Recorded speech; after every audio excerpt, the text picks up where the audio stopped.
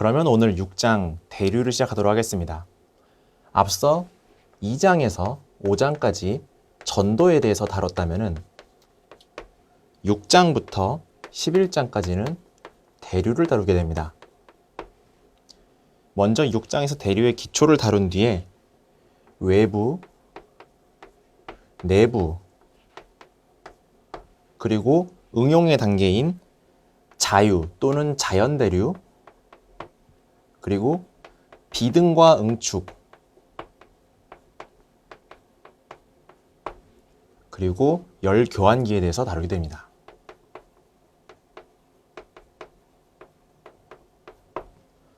전도는 이제 하나의 고체 내에서의 이동을 다뤘다면 대류는 이제 뜨거운 물체가 이제 흐르는 유체와 접촉했을 때를 다루는데, 외부의 경우는 이제 밖에서 흐르는 폭포, 내부의 경우는 배관, 그리고 자유의 경우에는 어떤 자연적으로 뜨거운 것이 올라가고 차가운 것이 내려오는, 그리고 비등과 응축은 그로 인한 상변화의 열전달, 열교환기는 전도의 마지막 5장이 천의전도가 모든 것을 종합했듯이 이 모든 것이 종합돼서 우리가 흔히 겪는 냉장고, 에어컨, 그리고 바닥의 온돌난방 등을 모두 아우르는 대류 단원이 되겠습니다.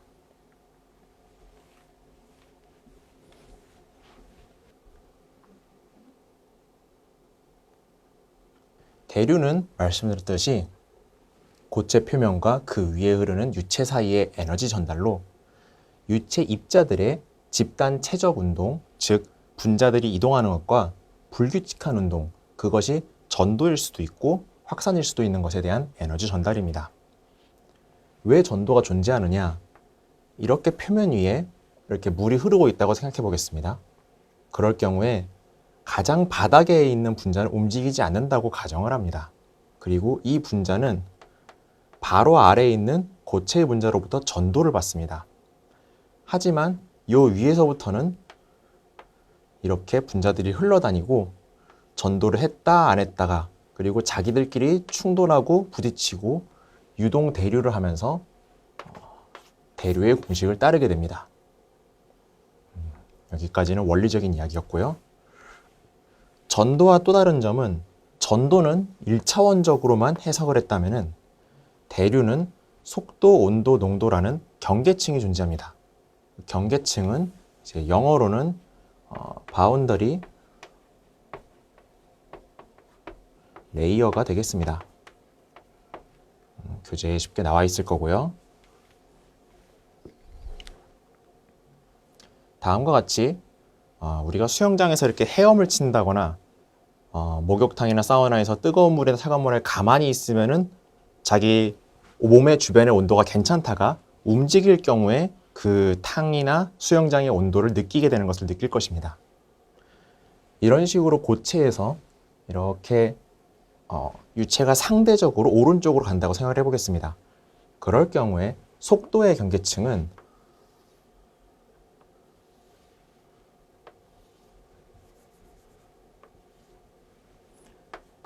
X방향에 대해서 이 점은 아까 말씀드렸듯이 움직이지 않습니다. 그래서 속도가 0이고요. 어느 이상의 높이 Y에 가게 되면은 표면으로부터의 거리입니다. 어떠한 밖에서 원래 흐르던 속도인 U 무한대와 같은 속도 또는 거의 비슷한 속도가 됩니다. 뒤에서 다루겠지만 99% 정도 다다랐을 때를 이제 그 경계선이라고, 경계면이라고 부르게 됩니다. 온도 경계층의 경우에는, 그리고 농도 경계층의 경우에는 좀 다른 모양을 띠게 되는데요.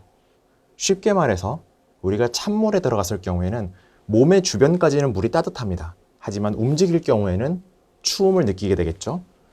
그렇기 때문에 오히려 안쪽이 따뜻하고, 이 경우엔 체온이 되겠습니다. 그리고 어느 높이 이상이 될 경우에는 밖에 흐르는 유체와 똑같은 온도가 되어서 T 무한대가 됩니다. 또는 T 무한대의 99%가 되겠습니다. 농도 경계층도 가장 안쪽이 가장 이 A라는 물질이 많을 것이고, 바깥쪽은 이제 바깥의 흐름과 똑같은 비율이 될 것입니다. 이렇게 세 가지 종류가 있으며 속도와 온도 농도가 다른 모양을 띈다는 것을 먼저 짚고 넘어가겠습니다.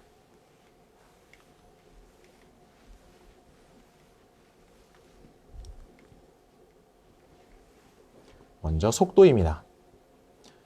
유체와 고체 표면 사이에 상대적인 운동, 고체가 앞으로 나아갈 수도 있는 것이고 유체가 흘러오는 것일 수도 있습니다. 그것에 관련된 점성의 효과입니다. 전다 능력, 속도 구배를 특징으로 한 공식을 아래쪽에 써나가겠습니다. 먼저 경계층의 두께 델타 라고 읽습니다. 경계층의 두께는 현재의 속도가 바깥 유체의 속도에 비해서 99%에 다다르는 지점이라고 먼저 앞서 말씀을 드렸습니다. 그리고 이러한 가정을 따르기 위한 이 공식을 쓰기 위해서는 먼저 뉴턴 유체라는 가정이 들어가게 됩니다. 뉴턴 유체라는 것은 전다 능력과 속도 구배가 정비례한다는 것입니다. 보시면 수식에서 타우 전다 능력 쓰고 가겠습니다. 타우와 전단 응력이 속도 구배가 현재 비례관계에 있는 것을 알 수 있습니다. 공식을 조금 뜯어서 보자면은 타우 S는 전단 응력는 이거는 뮤라고 읽습니다. 뮤 점성과 로U, 로Y 표면에서 속도의 기울기 또는 구배의 곱 또는 비례하는 관계라고 볼 수 있습니다. 이어서 마찰 계수, 마찰, 프릭션, 계수, 코에피션트를 CF라고 표시하며 그것을 타우 S를 다음과 같은 것으로 나눈 것으로 정의를 합니다. 이렇게 세 가지 공식이 있다는 것을 짚고 넘어가겠습니다.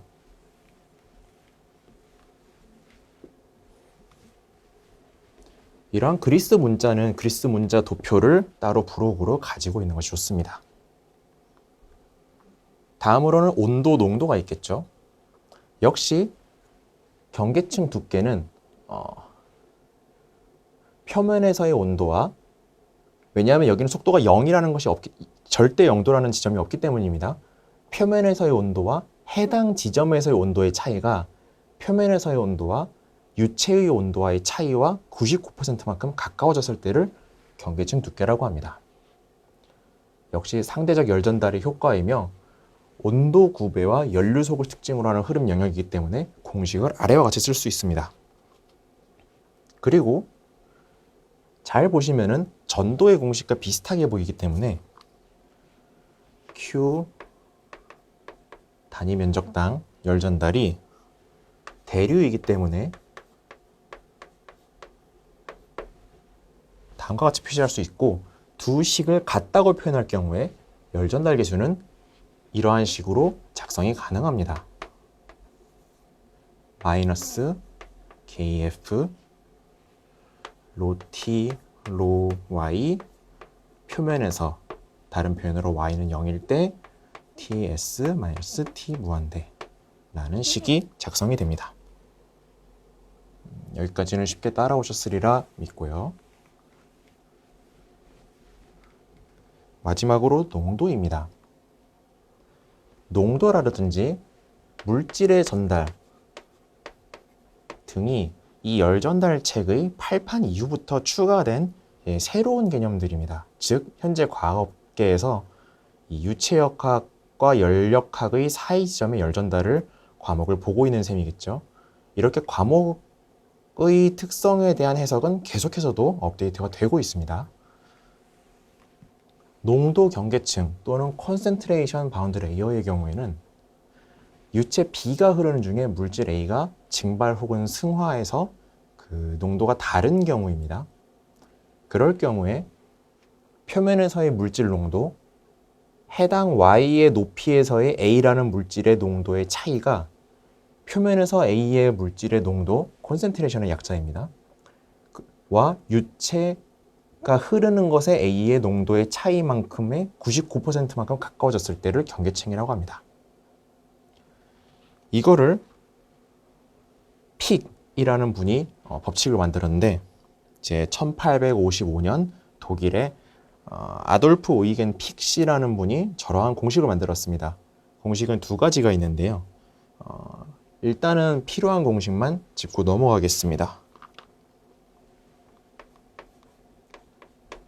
NA라는 것은 몰랄 유량입니다. 따라서 단위는 킬로몰 퍼 세크 미터 제곱이 됩니다.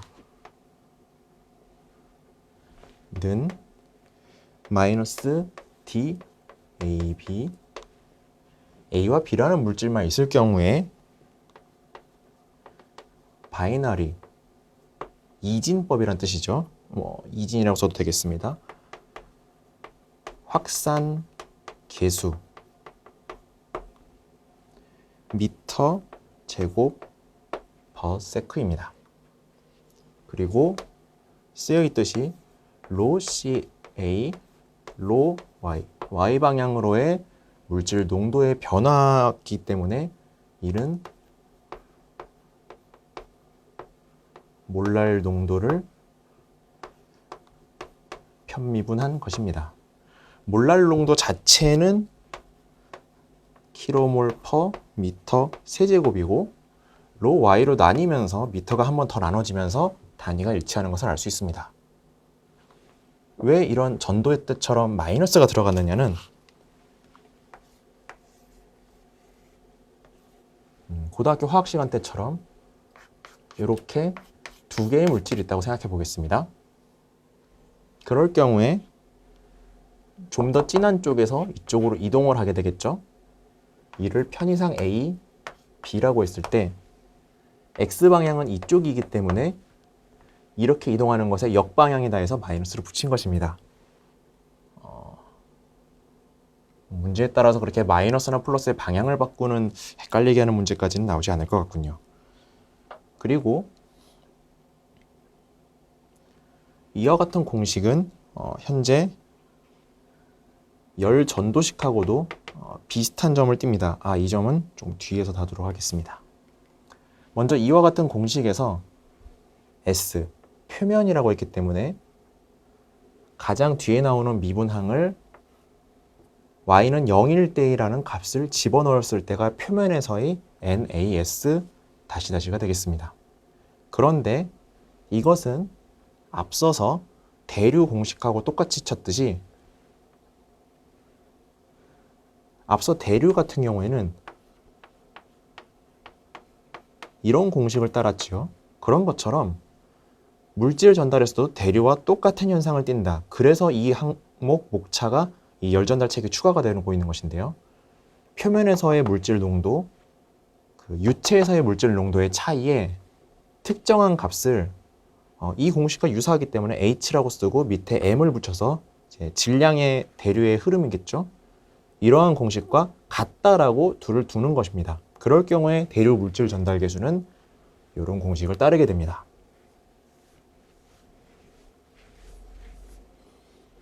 그래서 이 농도 경계층에 대해서는 경계층의 두께, 물질 흐름과 그것을 물질 전달 계수를 통한 표현, 그리고 물질 전달 계수의 유도까지를 알아봤습니다. 그리고 픽스 로에 대해서 이 공식 외에 이제 두 번째 공식까지도 조금 살펴보도록 하겠습니다.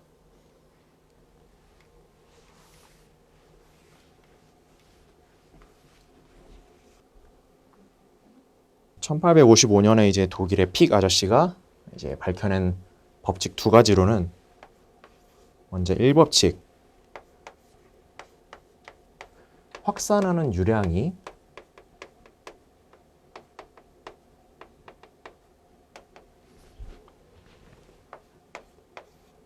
확산 상수의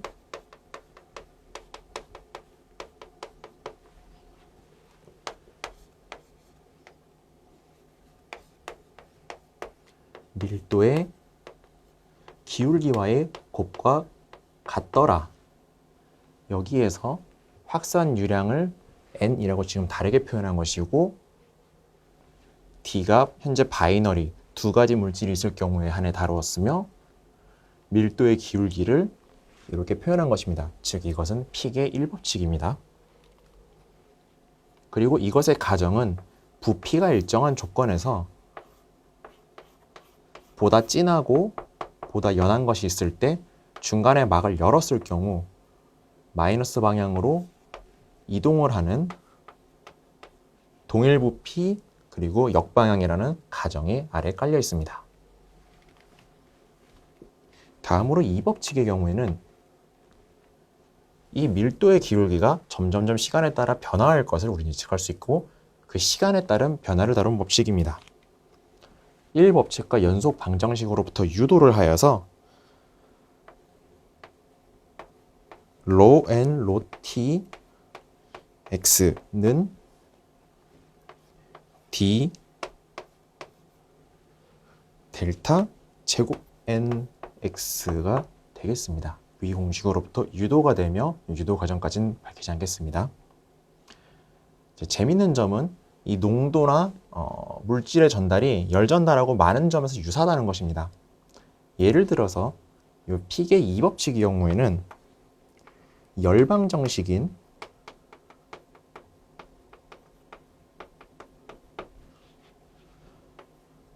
로 제곱 로 t의 로 x 제곱은 로 c k 로 t 로 t 우리가 지긋지긋하게 봤을 때는 열전도에서 열방정식과 유사한 모양새를 띱니다. 여기 시간에 따른 변화 항목이 있고 여기에 두 번 특정한 방향으로의 두 번 미분이 있습니다.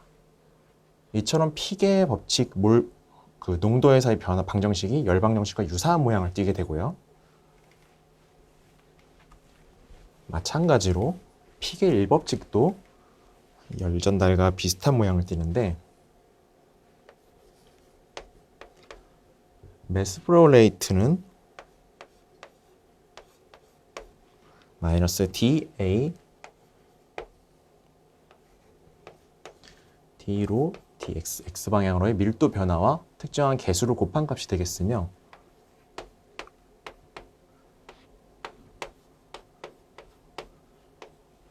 전도에서의 공식은 우리는 보통 단위 면적을 나누긴 했지만 그 히트 트랜스퍼 레이트는 K와 A의 곱의 온도의 x방향 변화 이런 식으로 물질의 전달과 열 전달이 유사한 값을 띱니다.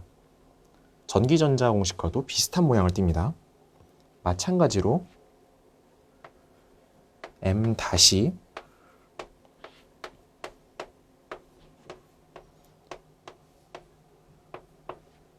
이와 같이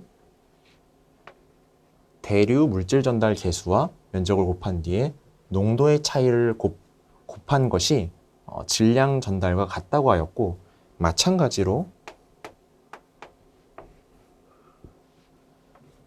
기존의 대류 열전달 공식이 표면에서의 온도와 유체에서의 온도 차이의 h를 곱한 값이 q였습니다. 이렇게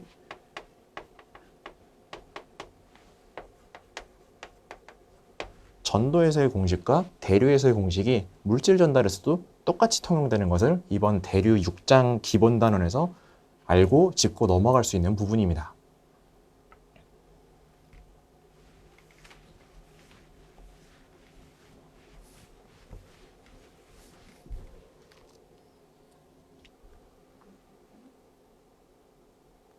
이러한 경계층을 알아야 하는 중요성은 각각의 의미를 먼저 파악을 해두는 것이 중요합니다. 속도 경계층은 속도 곱의 전달 능력이라는 해당 공식에 이미 나와 있지만 그것에 의한 표면 마찰로 만들어지는 것이며 온도의 경계층은 온도의 곱의 열 전달에 의해 대류 열 전달이 만들어지고 있으며 농도 경계층은 대류 열 전달과 비슷한 모양을 띠더라. 세 개의 경계층이 동시에 존재하고 일반적으로 셋이 다른 값을 띱니다. 이게 좀 중요합니다. 아까 말씀드렸듯이 고체 표면에서 이렇게 생기는 그 경계층 두께는 딱 정해지고 요 아래는 뭐 유체가 멈춰있고 요위만 흐른다든지 그런 현상이 아닙니다. 0.99라는 임의의 값을 잡은 것이고 여긴 전부 연속적입니다. 그리고 이렇게 크게 변하는 지점이 속도, 온도, 농도에 따라서 전부 다릅니다. 표면에서부터 속도 경계층은 요 두께일 수 있는데 정확히 같은 지점에서 온도는 이렇게 다른 두께를 가질 수 있다는 것입니다.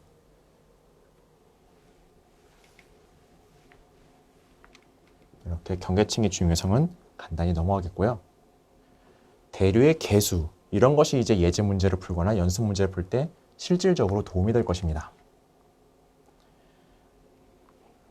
현재 이렇게 구부러진 모양, 이 책이 주로 다룬 대상이 이제 풍력에서의 날개고 화력발전소의 터빈 날개이기도 합니다. 그런 지점에서 특정 부위가 너무 뜨거워지면 이 날개가 파괴되고 발전소, 비행기, 풍력 터빈이 망가지기 때문에 이 열전달을 배운 사람을 채용하는 이유는 이런 온도를 알기 위함이고, 그래서 이 그림이 조금 중요한 것입니다. 국소 및 평균 대류 계수에 대해서 먼저 국소적으로는 Q 땡땡, 즉 단위 면적당은 H의 온도의 차이라는 것을 이미 앞서 알고 있습니다. 그리고 평균이라 함은 요 표면에서 전부 대류 열전달 계수가 다르고 온도는 현재 표면이 똑같다고 가정을 해보겠습니다. 그럴 경우에 전체 Q는 전체입니다.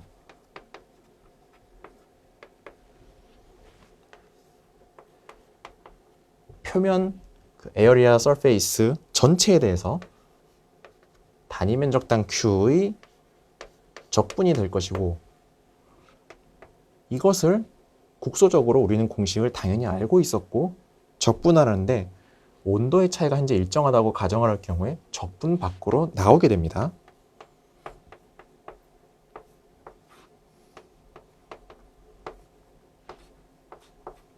그러면 적분하는 H만 남게 되겠죠. 그래서 이것을 그냥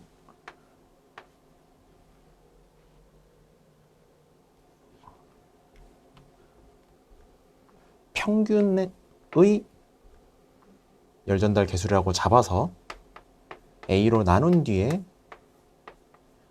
전체 면적에 대한 HDAS 이렇게 가정을 하도록 하는 것입니다. 간단한 유도 과정이죠. 그런데 평면벽의 경우에는 이미 그 방향이 이미 정해져 있기 때문에 L이라고 차원이 하나 낮아지게 됩니다. 이것도 0에서 L이라고 하여서 dx가 되겠습니다. 특정한 폭은 이미 주어졌고 길이 방향만 알면 되기 때문이죠. 여기까지는 쉽게 따라오셨으리라 생각합니다. 문제는 물질 전달입니다. 물질이 이렇게 농도가 주변에 달라지게 될 텐데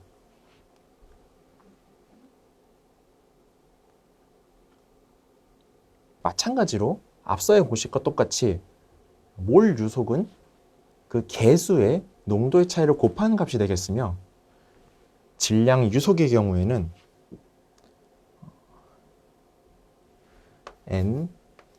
NA가 질량의 전달률로 매스 트랜스퍼 레이트를 의미합니다. 킬로그램 퍼 세크고요. NA에 현재 땡땡이 붙은 것은 질량 플럭스라고 합니다. 마땅한 한국어 번역이 없었다고 보입니다. 매스 플럭스를 그대로 의미하고요. 킬로그램 퍼 세크에다가 땡땡이 의미하듯이 단위 면적을 나눠줍니다. 그리고 이것이 현재 MA의 큰 NA의 땡땡을 곱한 것인데 MA란 이제 분자의 질량을 의미합니다.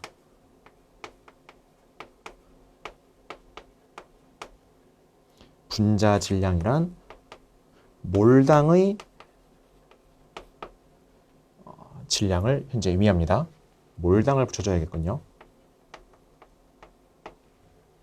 그리고 NA 땡땡의 경우에는 앞서 보여드렸듯이 킬로몰 퍼 세크 미터가 됩니다. 그래서 곱한 단위가 맞아지게 됩니다. 여기에서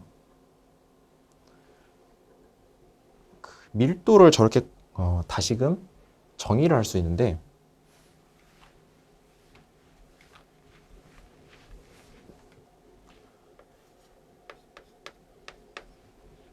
밀도는 부피당 무게가 되겠고요. 큰 NMA는 앞서 말했듯이 몰당의 무게를 의미합니다. 그리고 농도란 부피당 몰을 의미합니다. 그래서 단위가 맞아지게 되겠고요. 그래서 이 두 식을 합치면은 다음과 같이 질량의 플럭스, 이거를 플럭스라고 따로 써야겠습니다. 왜냐하면 유속이라고 하면 이제 벨로시티라는 의미가 되기 때문이겠죠. 질량 플럭스의 경우에는 대류 물질 전달 계수의 밀도의 차이를 곱하는 것이라는 공식이 만들어지게 됩니다. 그래서 위와 같은 공식으로부터 농도로 이렇게 곱한 큰 NA를 구할 수도 있고 밀도의 차이를 가지고 이용한 작은 NA도 구할 수 있게 됩니다.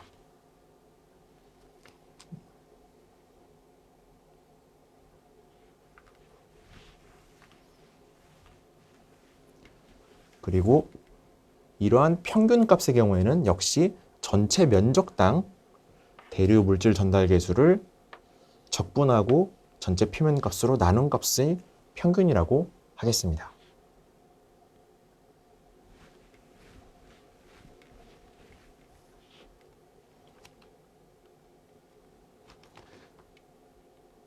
예제를 풀면서 조금 이야기를 진전을 해보겠습니다. 표면이 거친 평판 위에 흐름이 있고 실험적으로 국소 열전달 계수의 상관식을 구했다고 합니다. A라는 계수가 이미 있으며 그 계수가 1.9제곱이 곱해진 미터가 있고 여기는 또 0.1이라고 좀 복잡하네요. X는 평판의 선단으로부터의 거리입니다. 평판에서 평균 열전달 계수를 위치에 따라 국소 열전달 계수에 대한 B로 표현하는 식을 유도하라고 하는 문제입니다. 이러한 고체 평판에 유체가 상대적으로 흐르고 있으며 표면의 온도는 TS가 되겠으며 진행 방향을 X라고 볼 수 있고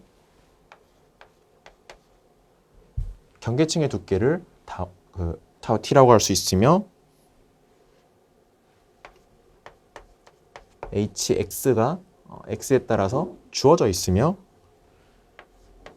유체의 온도는 T 무한대라는 이러한 그림이 대류 단원을 풀면서 바로 머리 위에 떠올라야 합니다. 이러한 경우에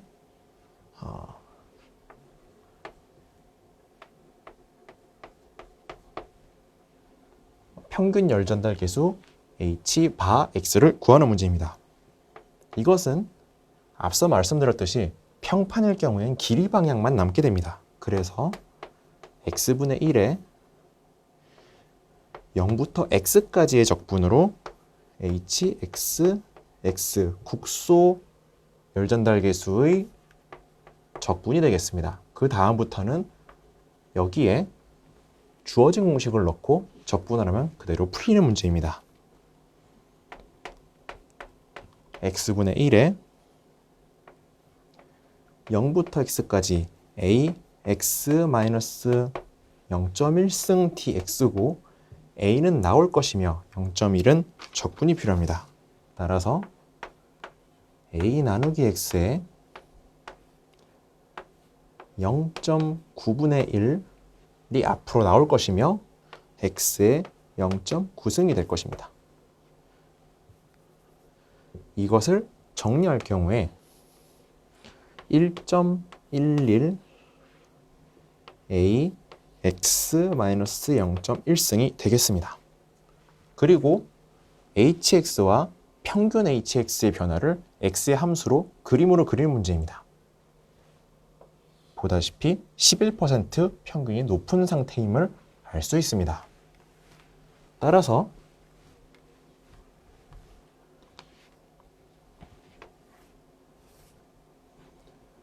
이 방향은 h로서 와트 퍼 미터 제곱 켈빈이며 이 방향은 x로서 미터입니다.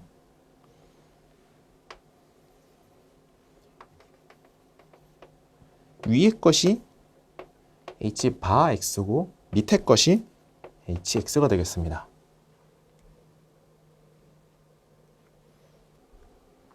표면보다 표면에서 대류 열전달계수보다 이러한 대류가 있음으로써 어떠한 열전달계수가 높아졌음을 알 수 있습니다.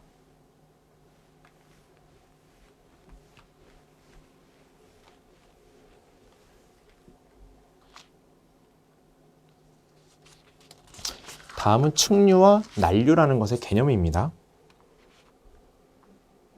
측류, 천이, 난류 이 세 단어만 알고 넘어가시면 되는 단원입니다. 측류, 라미나 그리고 난류, 터뷸런트 천이, 트랜지션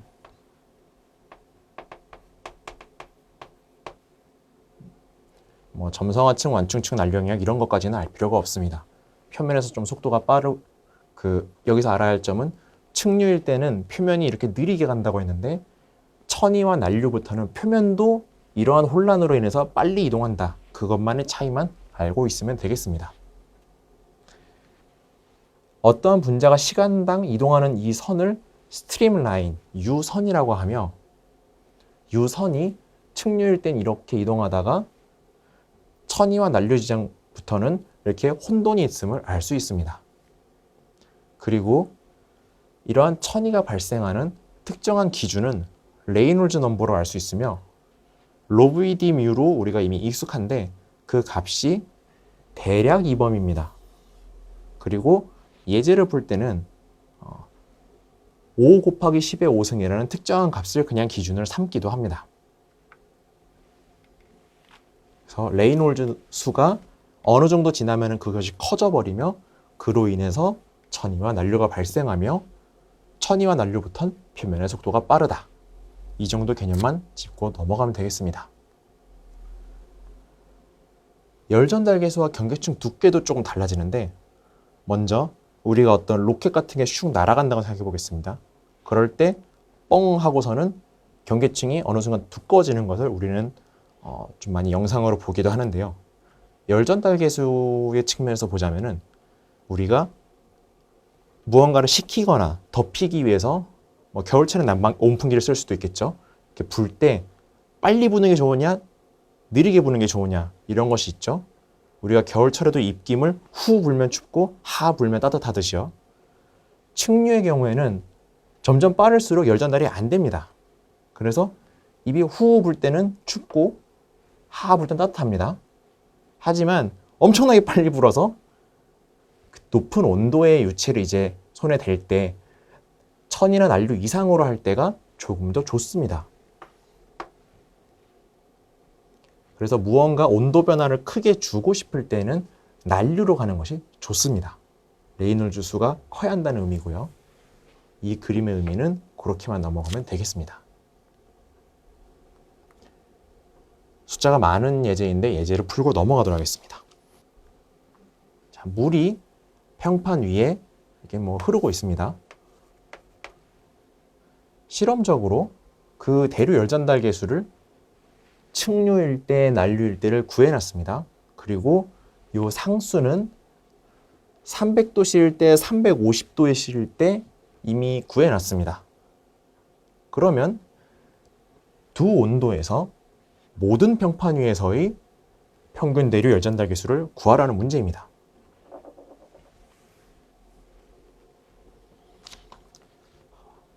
앞서 말씀을 드렸듯이 층류와 난류를 구분하는 것은 레이놀즈 넘버이며 그 천이가 발생하는 지점은 레이놀즈 넘버가 어떠한 임계점, 크리티컬 일대의 값을 이용해서 뮤, 로, 속도, 레이놀즈 식을 거꾸로 쓰는 식이죠. 이렇게 풀 수 있겠습니다. 앞서 말씀드렸듯이 이것은 5 곱하기 10의 5승이 되겠으며 뮤는 855 곱하기 10의 마이너스 6승 뉴턴 세크 미터 제곱. 이것은 이제 물의 물성치입니다. 부록에서 가져오실 수 있겠고요.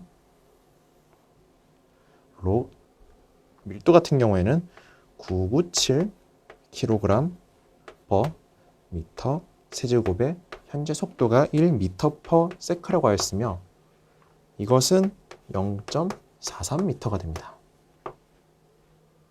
현재 이 두 값이 300도씨일 때의 기준이며 350도씨일 때는 여기가 365로 바뀌고 여기가 974로 바뀌기 때문에 값이 0.19m가 됩니다. 즉 이렇게 흐를 때 층류로 가다가 빵 하고 난류로 되는 지점이 300도씨일 때는 0.43에서 뻥 되고 350일 때는 좀 더 빨리 뻥 된다는 뜻입니다. 뜨거우면 난류가 잘 일어난다. 이렇게 볼 수 있겠고요.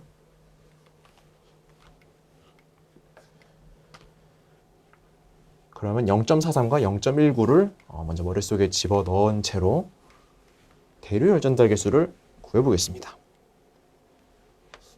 H반은 현재 평판이기 때문에 1차원만 생각하면 됩니다.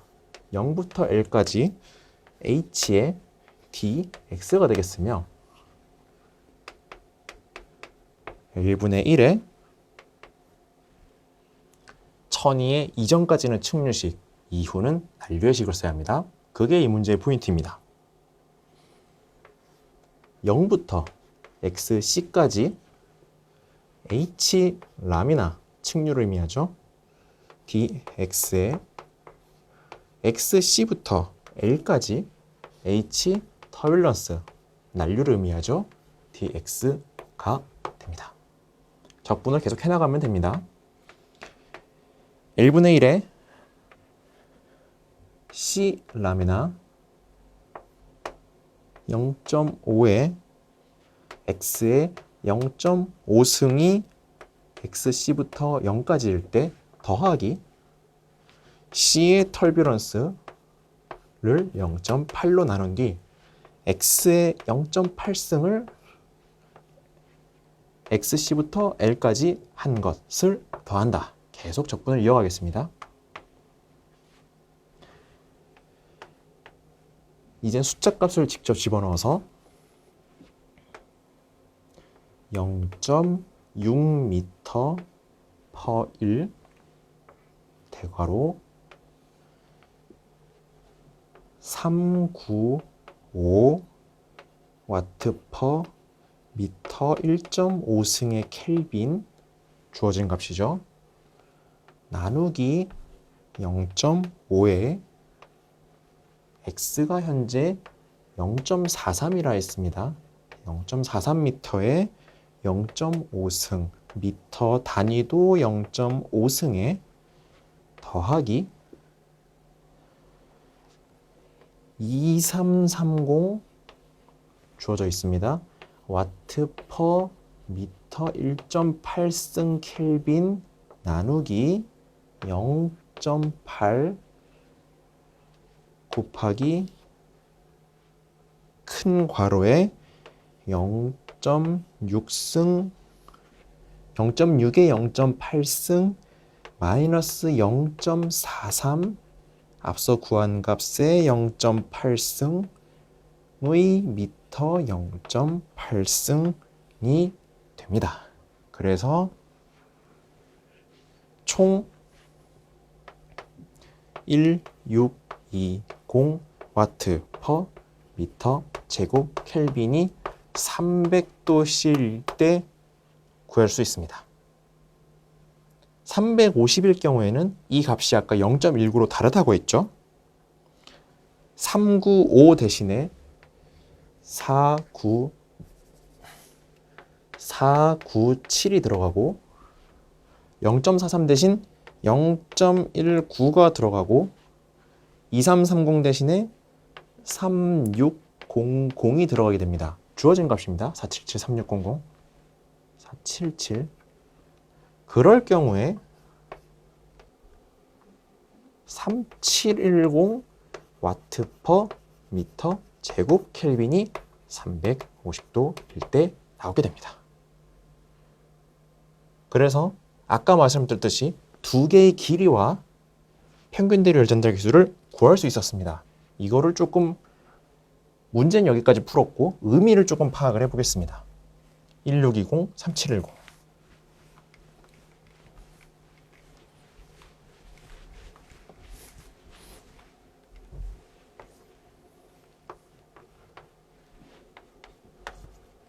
열전달 계수가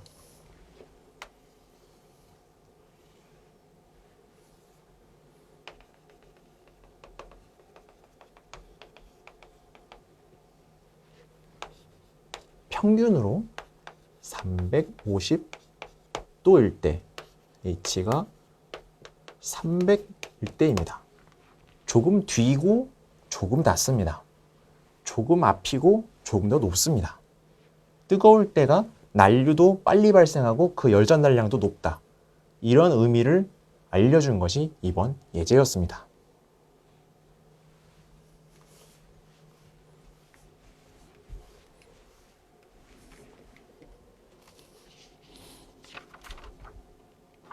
그러면 6.4절부터는 조금 이어서 하도록 하겠습니다.